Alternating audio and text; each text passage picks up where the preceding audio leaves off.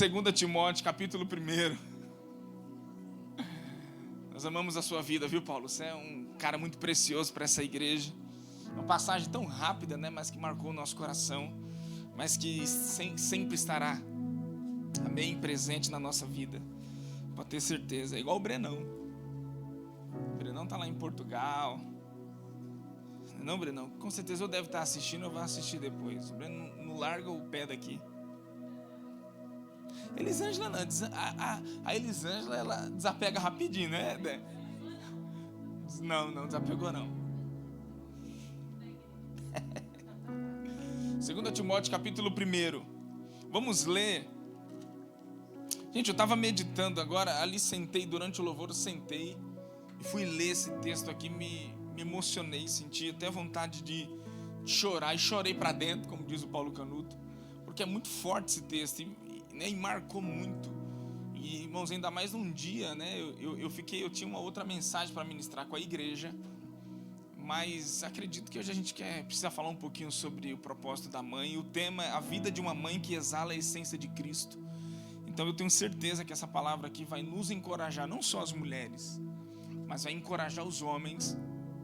Mas você, mulher, você pode receber muito, seja mãe ou não seja mãe, não tem problema, mas é uma palavra muito pontual.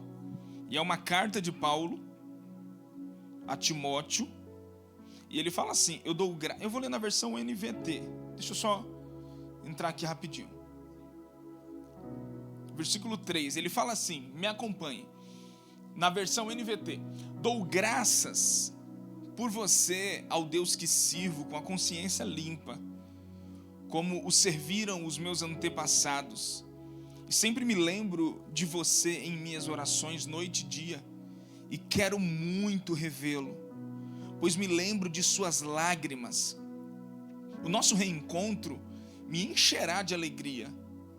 Lembro-me de sua fé sincera, como era de sua avó Lloyd e de sua mãe Eunice, e sei que em você essa mesma fé continua firme. Por isso quero lembrá-lo de avivar a chama do dom que Deus lhe deu quando impus as minhas mãos sobre você. Pois Deus não nos deu um espírito que produz temor e covardia, mas sim o que nos dá poder, amor e autocontrole. Portanto, jamais se envergonhe de falar a outros sobre o nosso Senhor. E também não se envergonhe de mim, que estou preso, mas por causa dele. Com a força que Deus lhe dá, esteja pronto para sofrer comigo por causa das boas novas, pois Deus nos salvou e nos chamou para uma vida santa, não porque merecemos, mas porque este era o seu plano desde os tempos eternos, mostrar sua glória, ou melhor, sua graça, por meio de Cristo Jesus. E agora ele tornou tudo isso claro para nós com a vinda de Cristo Jesus, o nosso Salvador, que destruiu o poder da morte e iluminou o caminho para a vida e a imortalidade por meio das boas novas, das quais Deus me escolheu para ser pregador, apóstolo e mestre. O versículo 4, ou melhor, versículo 5, é o versículo mais importante para a gente meditar nessa noite, porque na versão ARA ele fala, pela recordação que guardo da sua fé sem fingimento, a mesma que primeiramente habitou na sua avó Lloyd e em tua mãe Eunice, e estou certo de que também habita em ti. Olha isso. Paulo, na sua carta a Timóteo, você perceba que Paulo amava muito Timóteo, né? A presença, só a presença de Timóteo, estando ali com Paulo, na vida de Paulo, para ele já era uma alegria imensa. Ele sentia fortes saudades de Timóteo. Era um homem muito amado por Paulo. Era um jovem muito precioso para Paulo. E Paulo, ele faz menção da avó de Timóteo e da mãe de Timóteo. E incrível, ele tinha um pai grego, ele não menciona em nenhum momento o nome do pai de Timóteo. Às vezes as pessoas acham que a Bíblia é machista. Você vê um ministério mais evidente na vida do homem, mas você vê também uma evidência muito grande através da mulher.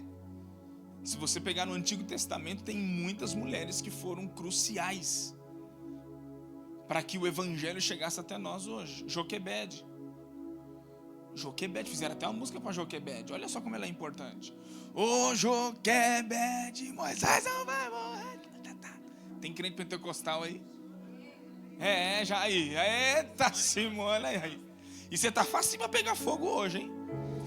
Sentindo cheiro de unção aqui hoje. A Simone aí cantando uns corinhos de fogo, e você facinho. Cheiro de unção aqui, ó.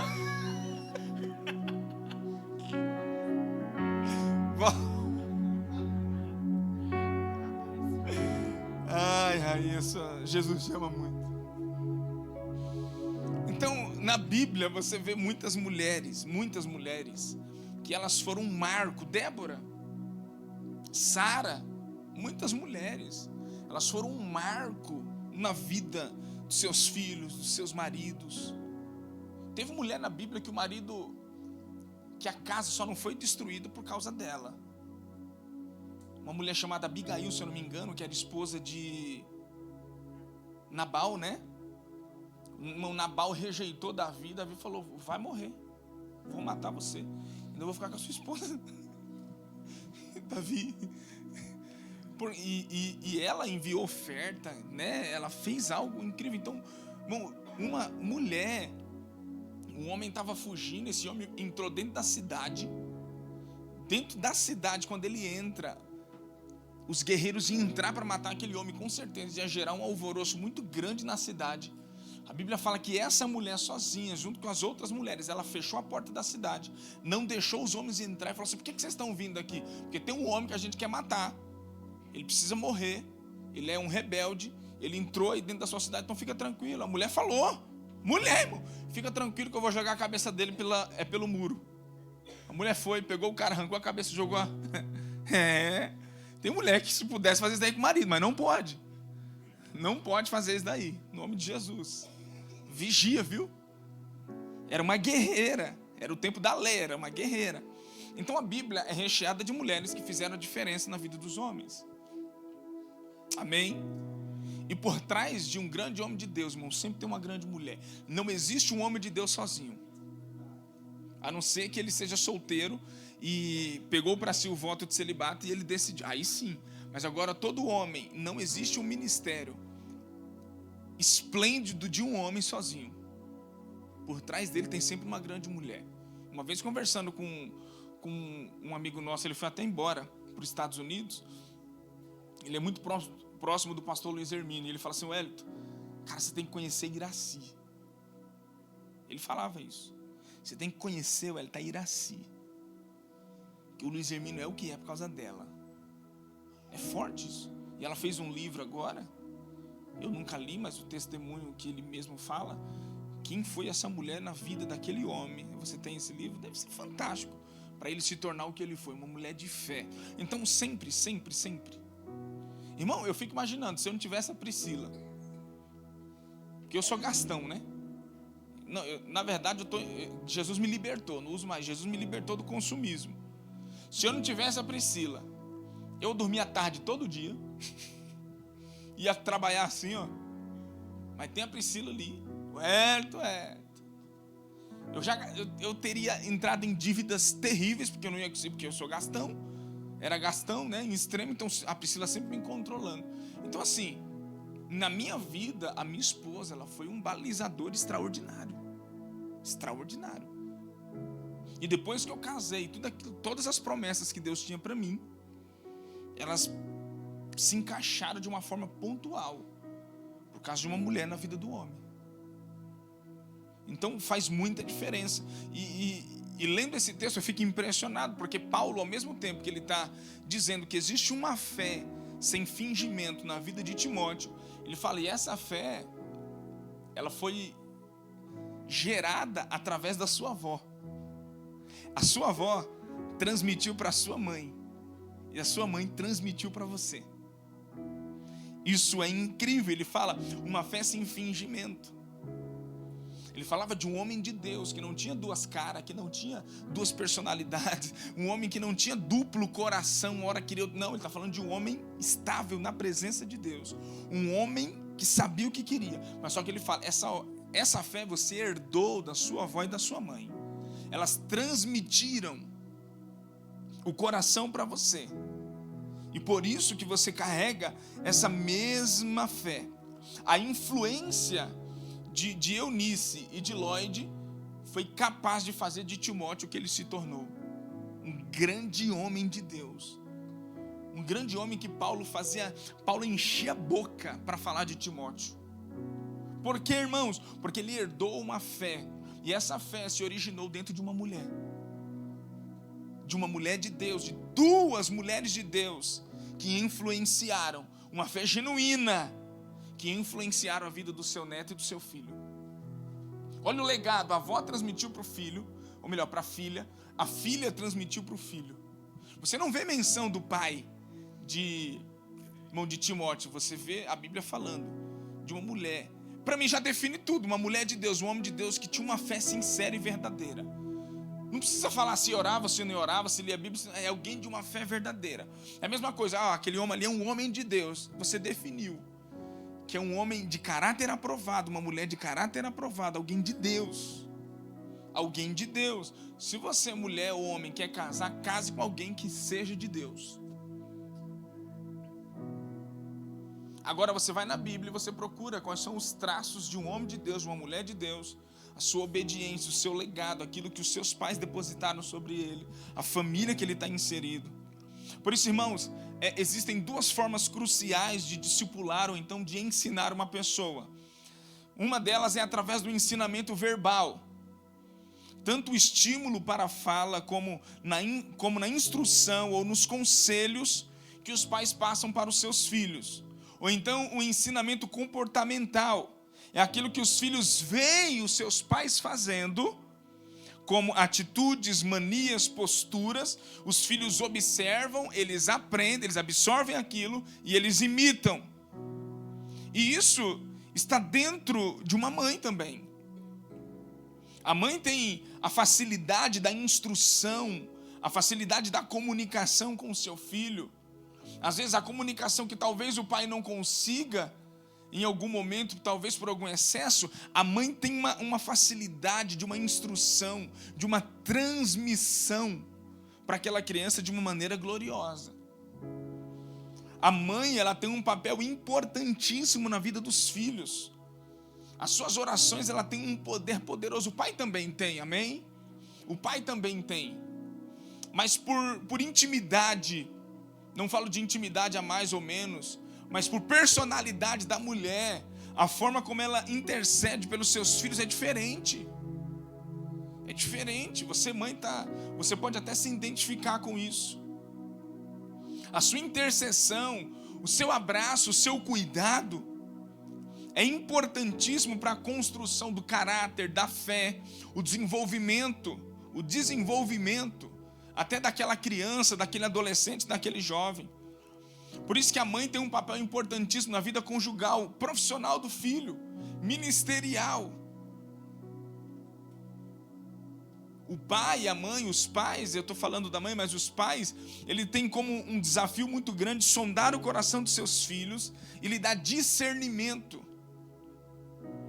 Com certeza, quando a filha da pastora Débora desejou e sentiu no coração de ir para o Japão, teve uma instrução do pai e da mãe dizendo para ela: é isso que você quer? Ok, mas vamos orar, consulte o Senhor, peça a direção de Deus, peça uma direção, daquilo que Deus vai fazer, porque é importantíssimo. O pai precisa estimular o filho a buscar o Senhor.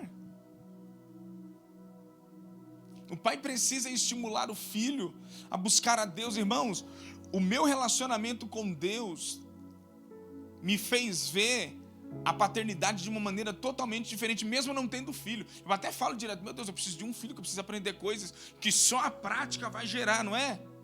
Que só a prática vai gerar. Mas só que eu tenho, irmãos, eu e a Priscila nos portamos como se nós tivéssemos uma criança dentro de casa. Nosso vocabulário não é mais o mesmo. Até o que assistimos, sério mesmo. Colocamos alguma coisa, teve alguma coisa que não é agradável, tira. E quando tiver um filho, já vamos estar preparados para isso. Porque tem coisas que talvez, por maturidade, por idade eu possa até assistir, não coisas danosas e pecado. Mas tem coisas que uma criança não pode acessar. Aquilo pode girar uma chave no entendimento dela. E você fala, por que meu filho? Por quê? Porque é por causa dessas coisas. Porque às vezes a gente não consegue sondar, não consegue discernir.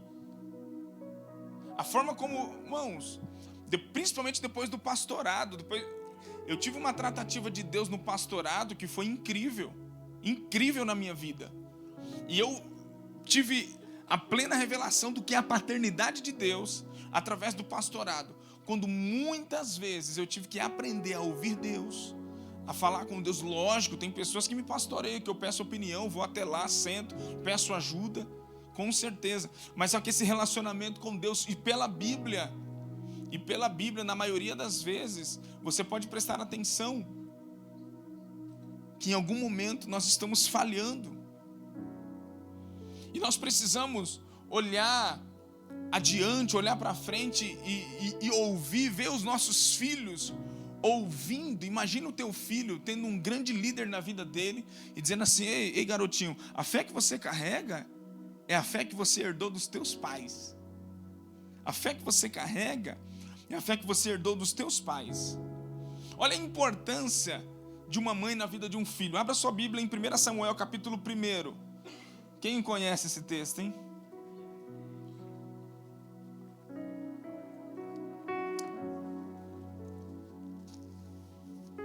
Samuel, capítulo 1.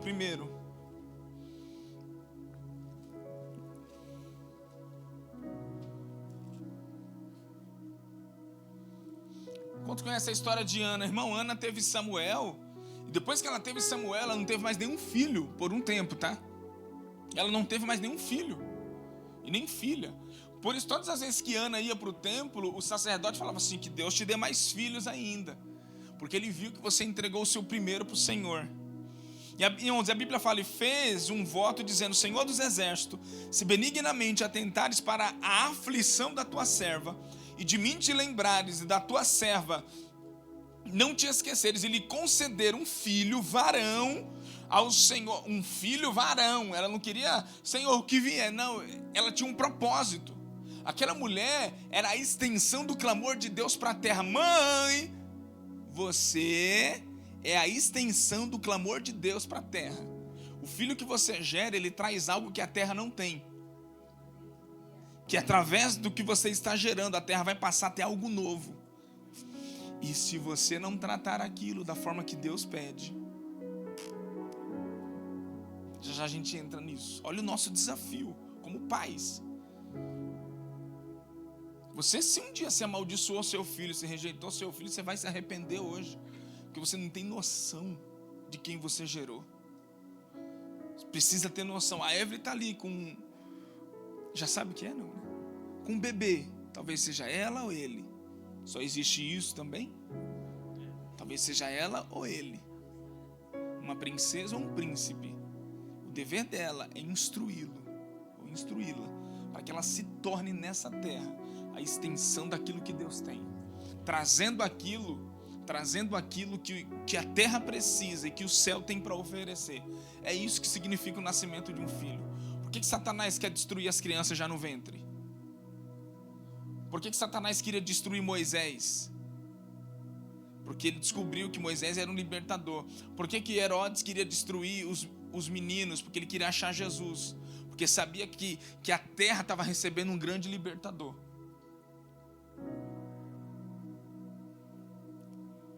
Eu não quero de forma alguma entrar em questões ideológicas com a igreja falando sobre isso, não. Mas existem muitas pessoas que hoje são espetaculares. Pode procurar que tem. Que talvez a mãe quis abortar. E se tornaram pessoas espetaculares de Deus nessa terra.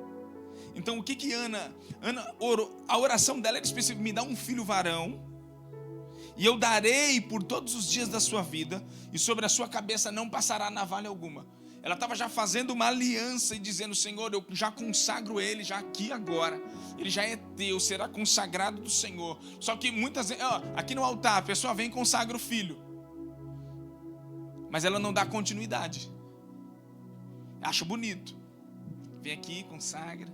Só que ela não dá continuidade. O que Ana fez? Ana deu continuidade. Ana pegava, ela tratava o menino, sabendo que ele já não pertencia mais a ela, que ele seria entregue para o Senhor. Deus precisava de um profeta, irmão. E Ana entendeu que aquele menino era a pessoa ideal. Então, mãe, olha como você tem uma influência poderosa na vida do seu filho. Você tem uma influência poderosa de fazer dele o próximo profeta dessa geração, o próximo homem de Deus, a próxima mulher de Deus. Quem foi Samuel? Foi um juiz. Ana era uma improvável. Ana era uma improvável. Quem é Ana? Ana, no mundo espiritual, era a mulher que estava gerando um dos maiores homens de Deus do Antigo Testamento. Um dos maiores homens de Deus. Tem um barulhinho aqui, não sei, já pegou, né? Aí, acabou. Deus gerou esse homem no ventre de uma mulher improvável, mas uma mulher de oração e de coração rendido. Você, mulher, você tem um coração rendido ao Senhor, não se preocupe. Mas meu filho, pastor, ele se perdeu. Mas continue. Tem tantas mulheres de Deus aí que fizeram tudo certinho, tá? Talvez em algum momento deu um deslize, alguma coisa, e de repente o filho se perdeu, mas ela está ali acreditando que Deus é poderoso para fazer, que se Deus empenhou uma palavra sobre aquela casa, vai acontecer. Não se frustre se as coisas não saíram do jeito que você imaginava, mas continue acreditando que Deus pode sim fazer, continue intercedendo, continue orando. Pastor, mas no meu tempo de loucura, você não sabe, eu fiz isso, fiz aquilo, não tem problema. Começa, volta, se arrepende, começa tudo de novo e faz aquilo que tem que ser feito.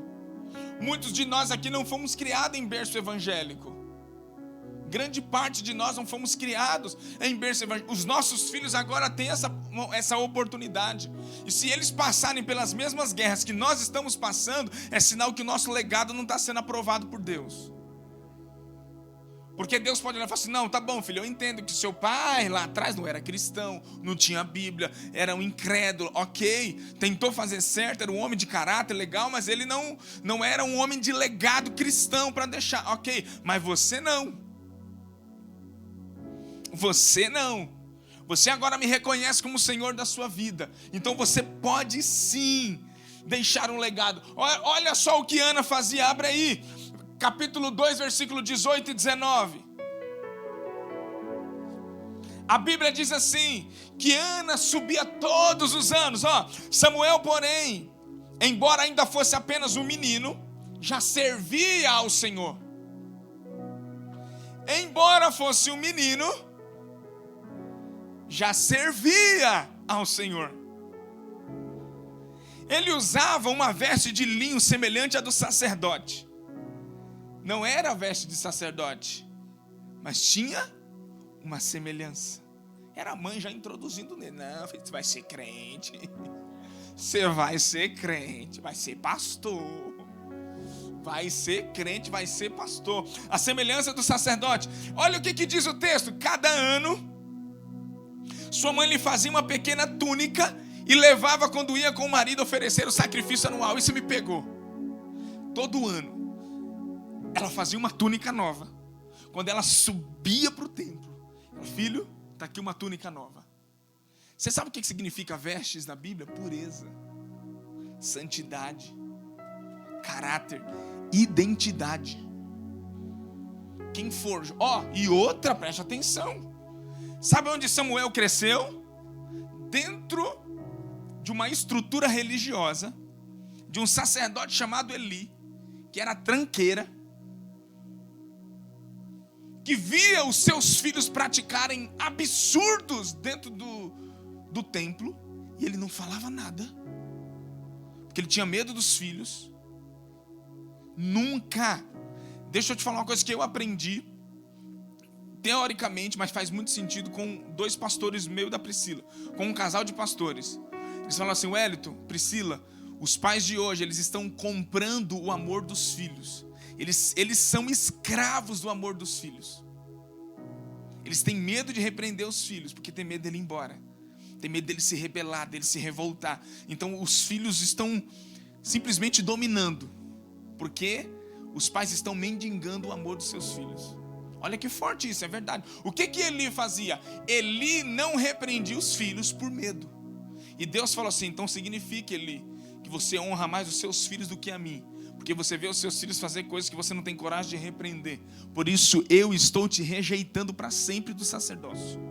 Sua descendência nunca mais, nenhum dos seus descendentes vai herdar o sacerdócio.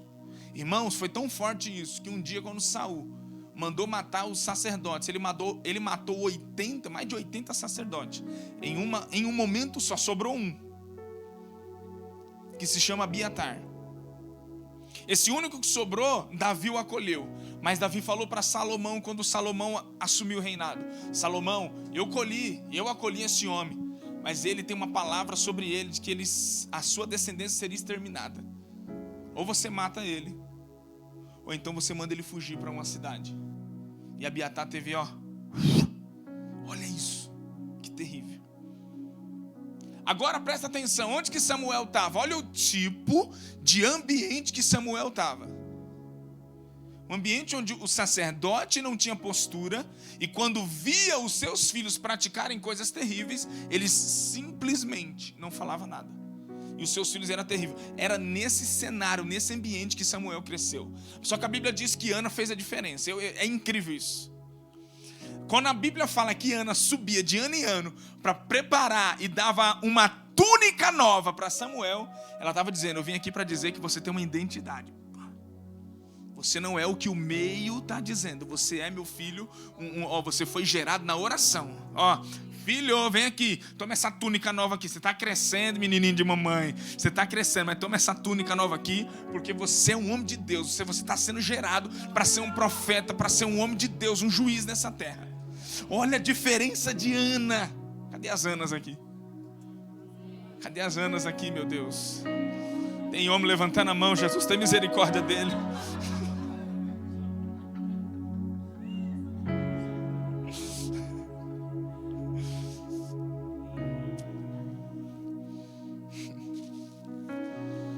É uma mãe que ela imprimiu no seu filho a identidade. Olha a importância da mãe dos nossos dias, uma mãe que manifesta Cristo. Você precisa saber que o que você carregou no seu ventre não era só mais um menininho, um profeta de Deus. É um profeta de Deus. E olha, pastor, e o que eu devo fazer? Vamos aprender com a Bíblia? Quantos querem aprender? Então abra sua Bíblia em Juízes capítulo 13.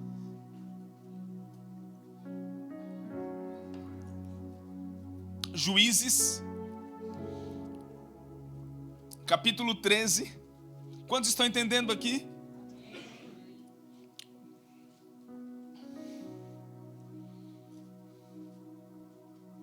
O versículo 4. A Bíblia diz que o anjo do Senhor apareceu para a mãe de Sansão e disse: você terá um filho. E a ordem do anjo para ela foi: mulher, tenha cuidado, não beba vinho e nenhuma outra bebida fermentada, nem coma nenhum alimento que seja impuro. O que Deus estava dizendo aqui para ela? Você, mulher, se guarde, porque você vai gerar alguém especial. Você vai gerar. A ordem, portanto, tenha cuidado. O menino ainda não tinha vindo. A ordem de cuidado era para quem? Para os pais. Porque não era qualquer pessoa que eles iam gerar. Era um homem que iria marcar a sua geração. Guarde, cuide de você. Cuide cuide de você. Ele está dizendo: não beba bebida, não beba vinho, nenhuma bebida fermentada, nem coma nenhum alimento que seja impuro. Não, pelo amor de Deus, não estou entrando em mérito que beber, não bebe, quem come, quem não come, não. A ideia era: se guarde. O anjo, Deus estava direcionando para aquela mulher, a palavra é: guarde seu coração, porque eu vou te entregar um menino, que ele vai ser um libertador nessa terra. Porque tu conceberás, darás à luz um filho, e sobre cuja cabeça não passará navalha, porquanto o menino será nazireu, consagrado a Deus desde o ventre de sua mãe. E ele começará a livrar Israel do poder dos filisteus. Ao mesmo tempo em que a mãe recebeu a ordem do posicionamento que ela tinha que ter dentro de casa, como que ela tinha que se guardar, Deus já deu a orientação de quem seria o menino. Deus já deu a orientação de quem seria o filho que ela ia gerar. É tipo assim: você está gerando alguém tão especial que você vai ter que tomar cuidado até no tipo de alimentação, de lugar que você vai levar. Irmãos, é o que Deus está dando para a gente hoje. Não é qualquer coisa que os nossos filhos podem assistir. Não é qualquer lugar. Tem pais hoje, eles não têm noção. Não tem pais que eles olham para alguns pais aqui da igreja e falam assim: nossa, mas você é muito radical, seja mais liberal. Deixa. Pais que estão cego espiritual, não veem seus filhos e suas filhas com pequenas idades, com expressões de sensualidade terríveis. E ainda olha para o pai, que talvez não, mas que tem alguns cuidados de não permitir os seus filhos irem para alguns passeios que não são saudáveis, com outras pessoas que nem conhecem, e diz: nossa, mas você é muito radical. Radical? Que você não entendeu ainda. Que talvez essa pessoa, ela entendeu que aquele filho que Deus entregou para ela não é mais dela, pertence ao Senhor. E são pessoas que consagram filho no altar, hein? Consagra no altar e depois bota seus filhos para dançar no TikTok, qualquer tipo de música por aí.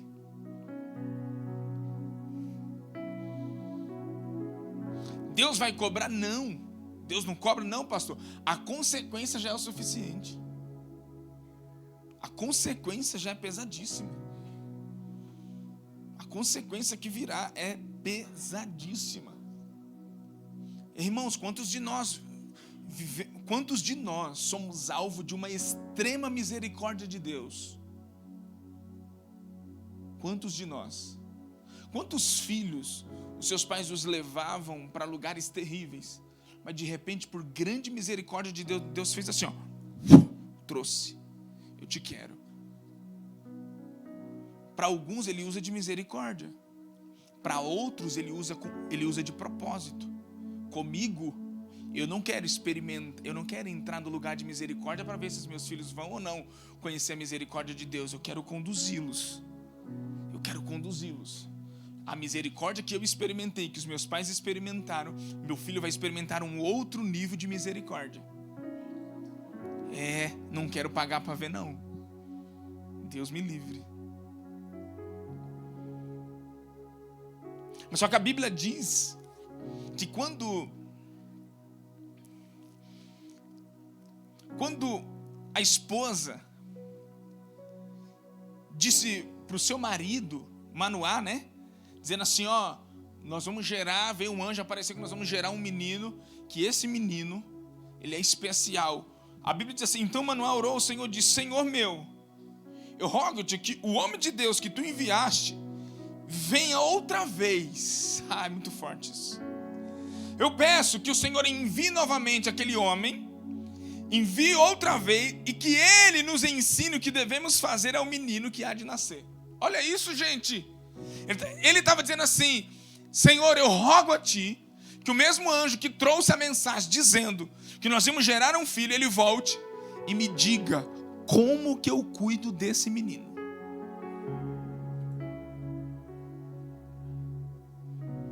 Eu gosto de conversar muito com a Flavinha e com o Roberto. Eles são um exemplo disso, que eles falam assim, que os filhos dele vai para uma festa, surge uma festa da escola. filho chegou e falou assim: mãe, foi filho, a senhora pode orar perguntando para o Espírito Santo se eu posso ir para essa festa? Ela já sabendo da resposta: tá bom, filho, eu já sei a resposta, mas eu vou orar. Aí depois ele chegou e falou assim: ei, mãe, Deus falou? Ela falou. O que Deus falou? Que os lugares que você acessa hoje podem comprometer o seu destino. Ele disse assim: então o que quer dizer? Que você não vai. Em algum momento aquele lugar, aquela festa poderia comprometer o seu destino. Por quê? Porque no caso de Sansão, os pais, sendo homem de Deus ou não, a pergunta era: Senhor, como que a gente vai conduzir isso?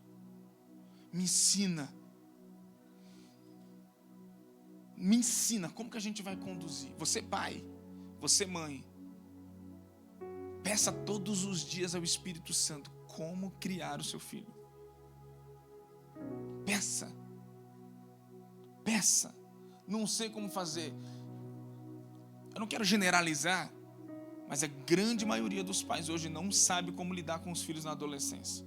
Se eu estiver falando besteira aqui, você pode dizer: não, pastor, é besteira, está tudo sob controle. Não está, irmão. Não está. A gente precisa de um avivamento de Deus urgente, de um avivamento de Deus no meio do povo de Deus, na terra, na igreja, para que a gente consiga remir novamente isso. Porque nós precisamos aprender a cuidar daquilo que é de Deus, com a orientação de Deus. É a mesma coisa da igreja. Todas as vezes que eu tento conduzir a igreja do meu jeito, começa a dar ruim. E todas as vezes que eu volto para ele perguntando: Senhor, como é que pastoreia a tua igreja? Me ensina, porque ela é tua. Aí as coisas começam a entrar no trilho novamente.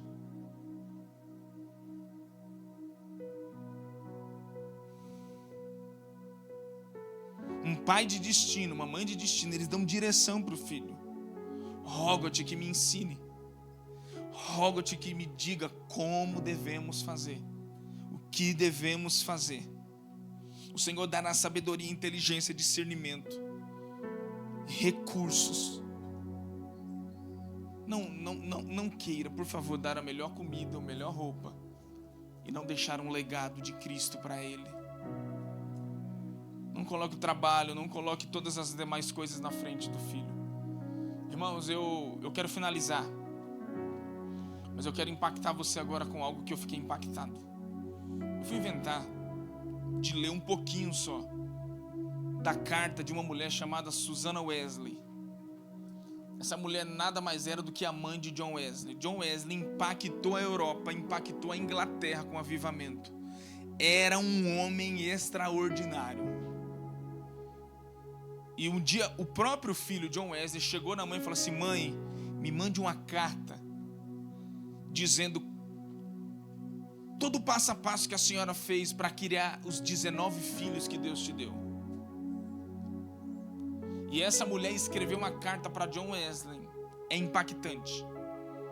E ela percebeu quem era John Wesley, porque um dia eles estavam dormindo e a casa pegou fogo. Quando a casa pegou fogo, todo mundo começou a acordar ali na madrugada e começaram a evacuar a casa, evacuar.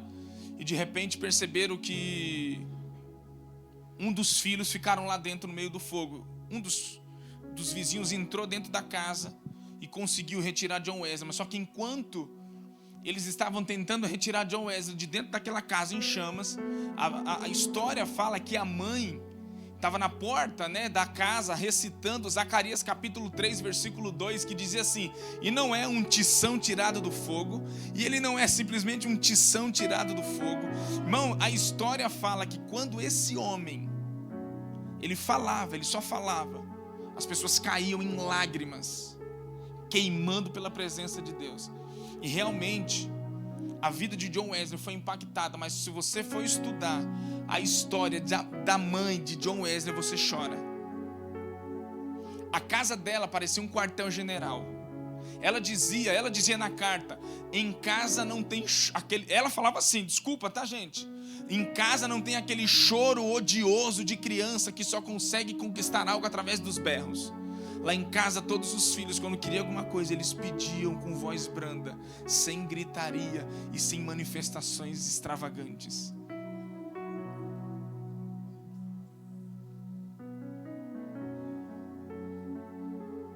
E ela fala, quando John Wesley pediu para ela escrever a carta, ela disse assim para ele: ninguém pode seguir o meu método se não renunciar ao mundo, no sentido mais literal. Há poucos, se houver, que devotariam a cerca de 20 anos do primor da sua vida e na esperança de salvar a alma de seus filhos. Irmãos, ela estava dizendo assim, se alguém quiser seguir os meus conselhos, vão ter que entrar no lugar de renúncia altíssimo. Essa mulher, a história fala que ela gastava mais de 2 horas de devoção com Deus. Quando ela entrava, ela ficava 1 hora em oração com o Senhor.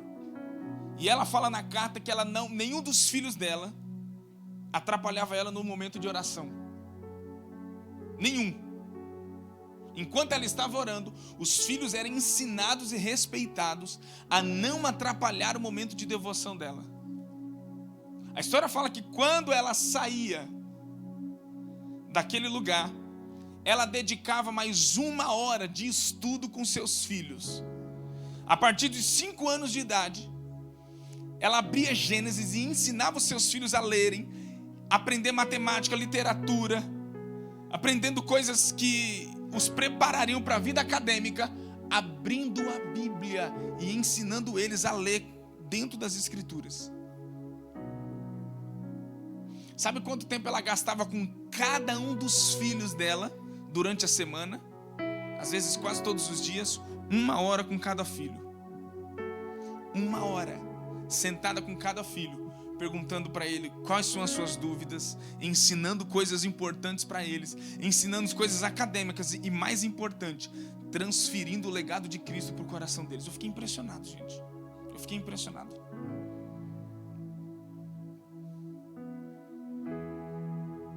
Uma mulher exemplar. Quantos filhos? 19 filhos.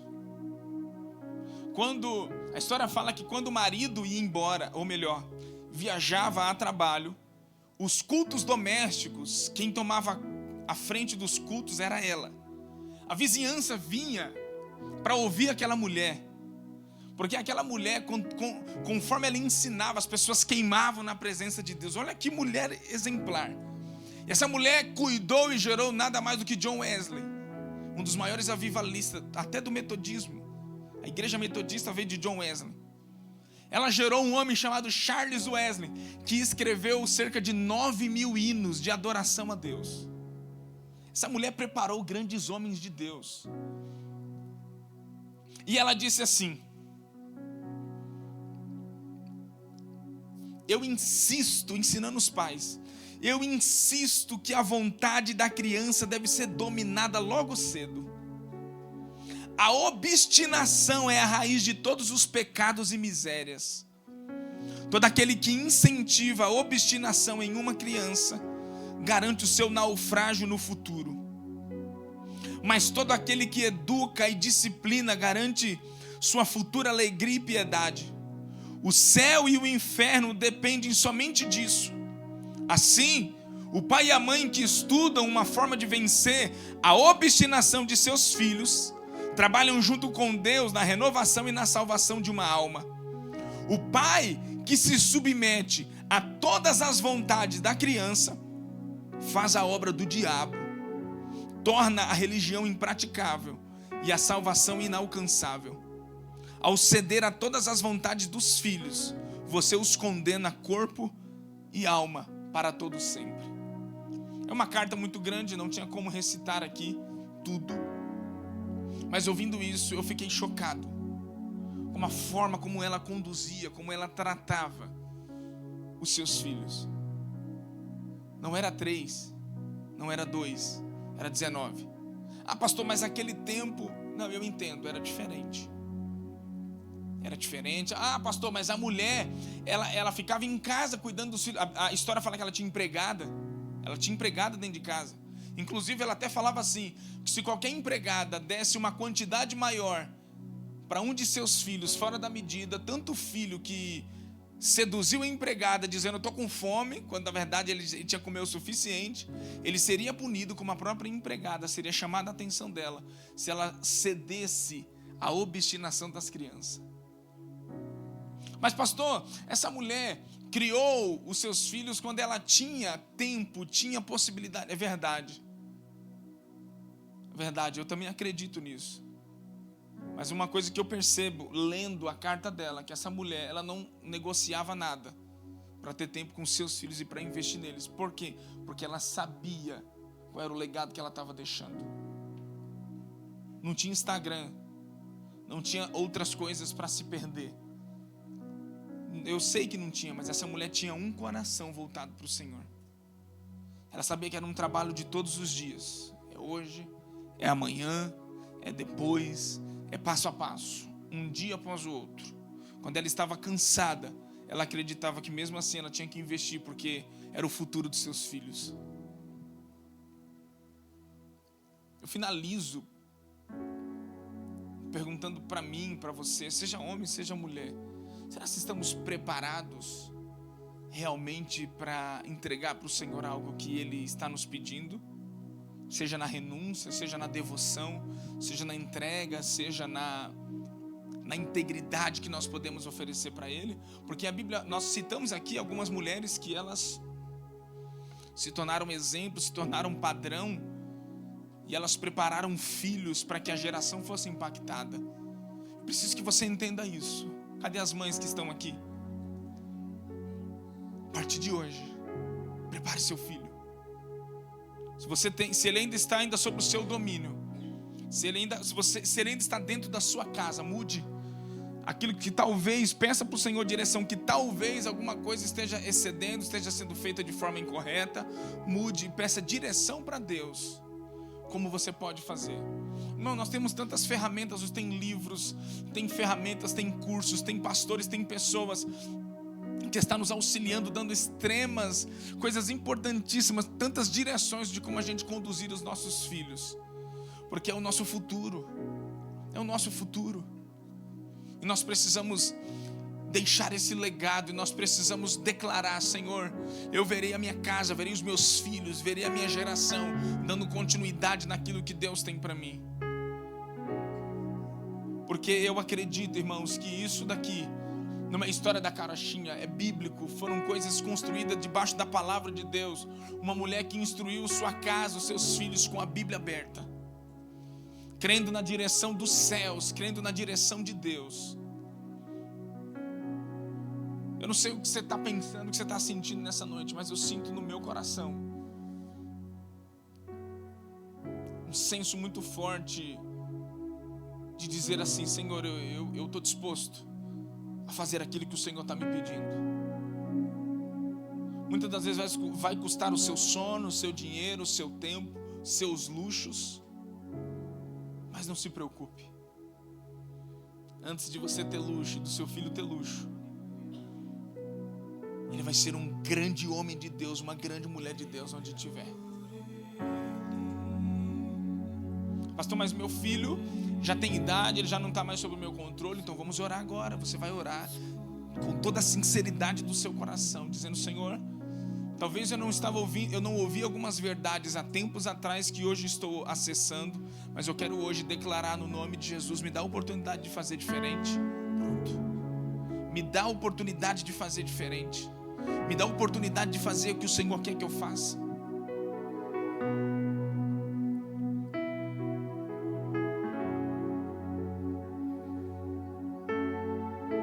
Eu falei para Deus, Deus, eu acredito tanto no que eu vivo no Senhor, que eu peço para o Senhor: dá-me um filho, para que ele aprenda o que eu estou aprendendo com o Senhor, para que eu transmita isso. Eu garanto para o Senhor, ele vai ser mais violento do que eu, ele vai andar muito mais rápido do que eu, ele vai ser muito mais santo do que eu.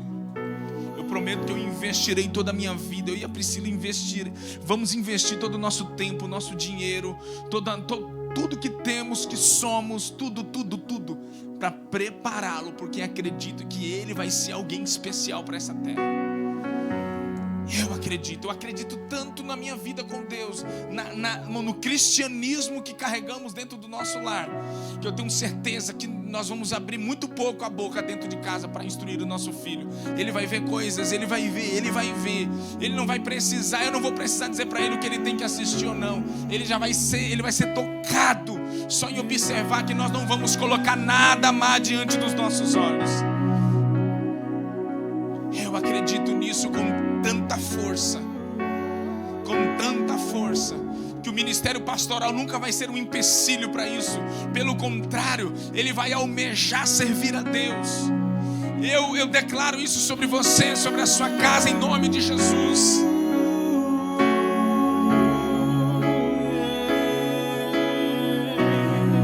Sinto uma unção aqui. Não é uma unção de jugo, de peso, mas a unção que está reposicionando o nosso coração em um lugar que nós não vamos olhar só para o nosso umbigo hoje e dizer assim: não, eu estou salvo, tá tudo bem. Não, você vai preparar, você vai trabalhar para que aquele que vem depois de você se torne muito mais rápido, muito mais veloz, voe muito mais alto, em nome de Jesus. Porque dele, por ele, para ele são todas as coisas. Eu ouço no meu espírito para você, pai que está aqui, para você, mãe. Por ele, para ele. Se você vai crer ou não, eu não me importo, mas o Senhor está dizendo ao meu coração: diga para muitos pais que estão aqui, se você errou, se você falhou em algum momento, e o teu filho não está vivendo aquilo que você gostaria que ele vivesse, coloque o teu coração em mim, porque eu vou preparar novas oportunidades, eu vou trazê-los, para que você possa instruí-los dentro daquilo que agora eu estou gerando novo no seu coração. Eu ouço isso no meu interior, no meu espírito. A pergunta é: você está preparado para o que está por vir? Você está preparado para o que está por vir? Para fazer de novo, mas não aquilo que um dia você fez baseado na religião, na imposição, mas para dizer: filho, chegou um novo tempo para você. Porque dele, por ele, para ele são todas as coisas. Porque dele, por ele, para ele. Vem aqui todas as mães, vem aqui. Vem rápido. Porque dele, por ele, para ele. Essa palavra não é para te intimidar, não é para te afrontar. Essa palavra não é para te apontar pecado, não é nada disso. Essa palavra é para dizer: ainda há esperança. Tudo pode acontecer novamente. Deus pode fazer tudo novo de novo. E vocês precisam crer nisso. Uma unção de refrigério sobre o coração de vocês. Uma unção de refrigério sobre a sua mente, o seu coração, as suas emoções. Uma unção de refrigério sobre você. Se o diabo declarou: você fez errado, olha lá, você fez totalmente errado, seu filho está lá porque você fez isso e isso. Hoje essa palavra está sendo arrancada de sobre sua vida.